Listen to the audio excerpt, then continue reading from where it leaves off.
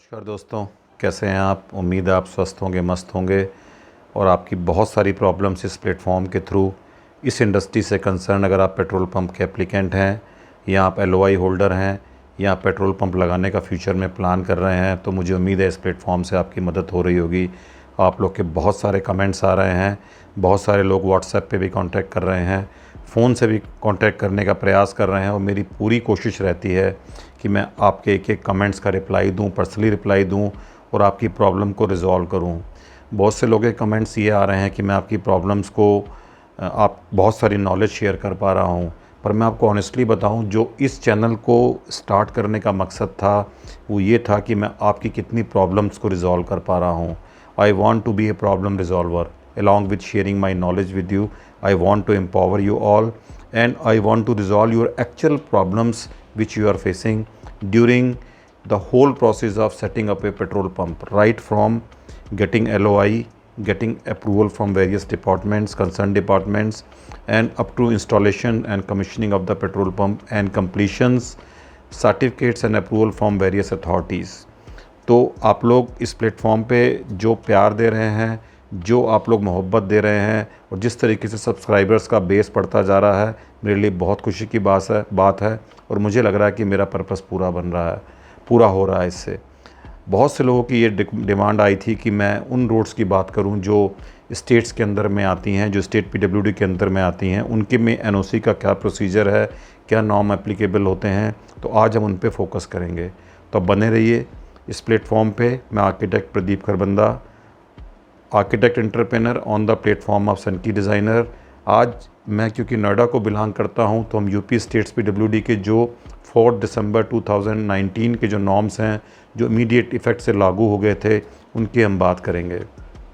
State highways PWD ने category में divide किया है, जिसमें स्टेट हाईवे एसएच जिसे बोलते हैं, मेजर डिस्ट्रिक्ट रोड्स एक कैटेगरी में रखी हैं ब्रॉडली, और ओडीआर एंड विलेज रोड को दूसरी कैटेगरी में रखा। ओडीआर का मतलब other district roads, village road को दूसरी स्टेट में पीडब्ल्यूडी वाले लिंक रोड्स भी बोलते हैं। अब इन सब पे डायरेक्ट एक्सेस आपको नहीं मिलेगी। अगर आप डायरेक्ट एक्सेस ले रहे हैं तो आपको डी एक्सेलरेशन लेन 70 मीटर का, एक्सेलरेशन लेन 100 मीटर का विद प्रॉपर रेडियस आपको बनाना होगा। रेडियस का मतलब ये है कि जो टर्निंग रेडियस है वो 13 मीटर चाहिए, नॉन टर्निंग रेडियस 1.5 मीटर से 3 मीटर चाहिए। जो गाइडलाइन में डायग्राम है अटैच किए गए हैं, उनमें आप लास्ट में देख सकते हैं कि turning radius, non turning radius क्या होते हैं। साइटिंग को इम्पॉर्टेंट कर दिया गया है, वहाँ पे डार्क स्पॉट्स नहीं बनने चाहिए। अर्बन एरिया को 20,000 और 1 लाख के पॉपुलेशंस के और 1 लाख के ऊपर डिफ़ाइन कर दिया गया है, जो डिफ़ाइन करती है कि जो नियरेस्ट रोड है उसका इंटरसेक्शन क्या हो। Plot size minimum state highways और एमडीआर पे 35 मीटर बाई 35 मीटर कर दिया है minimum plot size after right of way. Other district road और विलेज रोड या लिंक रोड पे minimum size 30 meter by 30 meter का कर दिया गया है। हिल एरियाज़ और अर्बन एरिया में जो पेट्रोल पंप का साइज़ मिनिमम किया गया है वो 20 मीटर बाई 20 मीटर किया गया है। यहाँ मैं एक पॉइंट क्लियर करना चाहूँगा कि मिनिमम फ्रंटेज आपको ज़रूर चाहिए। रेस्ट अगर आपकी पीछे से विड्थ कम भी है, अगर आपका प्लॉट का साइज़ मीट कर जाता है, तो वो आपका जो है नॉर्म्स का कंप्लायंस माना जाएगा। आई थिंक ये पॉइंट आपको क्लियर हो रहा है, बहुत इंपॉर्टेंट है। और जो रोड्स के इंटरसेक्शंस हैं उसकी अगर हम बात करें तो स्टेट हाईवेज़ और एमडीआर से वो इंटरसेक्शन जो है वो 1 किलोमीटर होना चाहिए, 600 मीटर होना चाहिए in the case of ODR and village road. ये इंटरसेक्शन यानी कि 1 kilometre from for state highway and MDR and rest के लिए 600 मीटर होना चाहिए। और जो मीडियन कट के इंटरसेक्शंस हैं वो रूरल में 300 मीटर होने चाहिए, और जो नियरेस्ट रोड्स के इंटरसेक्शंस हैं वो 300 मीटर होने चाहिए। उसके अंदर अगर कोई रोड आ रही है तो नॉन कंप्लायंस है। और जो हमारे मीडियन कट्स हैं उनकी दूरी को भी डिवाइडेड कैरेजों में 300 मीटर मिनिमम चाहिए। तो इसमें जो डिस्टेंसेस बेसिकली मेज़र किए जाएंगे बहुत इंपॉर्टेंट है, वो एंट्री और एग्ज़िट से मेज़र किए जाएंगे, प्लॉट की बाउंड्री से मेज़र नहीं किए जाएंगे।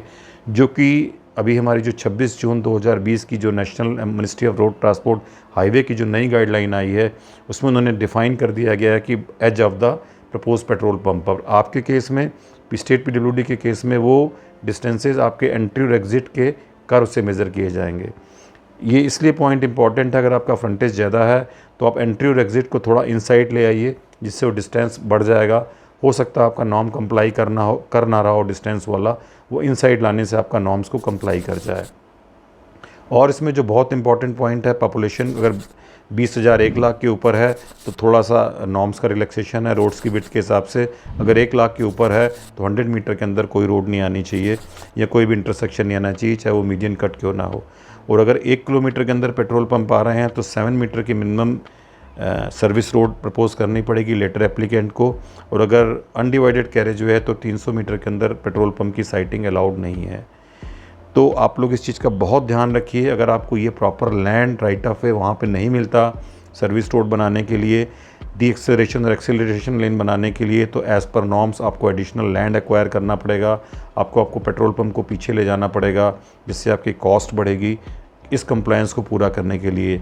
तो before putting any proposal application for the petrol pump, please I would advise you कि आप किसी भी कंसल्टेंट से, किसी भी आर्किटेक्ट से, या खुद अपने आप को एम्पावर करके आप प्लीज़ चेक कर लें कि आपके नॉर्म्स पूरे हो रहे हैं कि नहीं हो रहे। जो वहाँ पे पीडब्ल्यूडी का राइट ऑफ वे है उसमें एक्सेलरेशन डी एक्सेलरेशन लेन या सर्विस रोड का प्रोविज़न हो सकता है कि नहीं हो सकता। वन टाइम एप्लीकेशन आपकी स्टेट हाईवे और मेजर डिस्ट्रिक्ट रोड के लिए आपको जो है 3 लाख रुपीज़ आपको देने हैं लाइसेंस फ़ीस के लिए डीडी की फॉर्म में।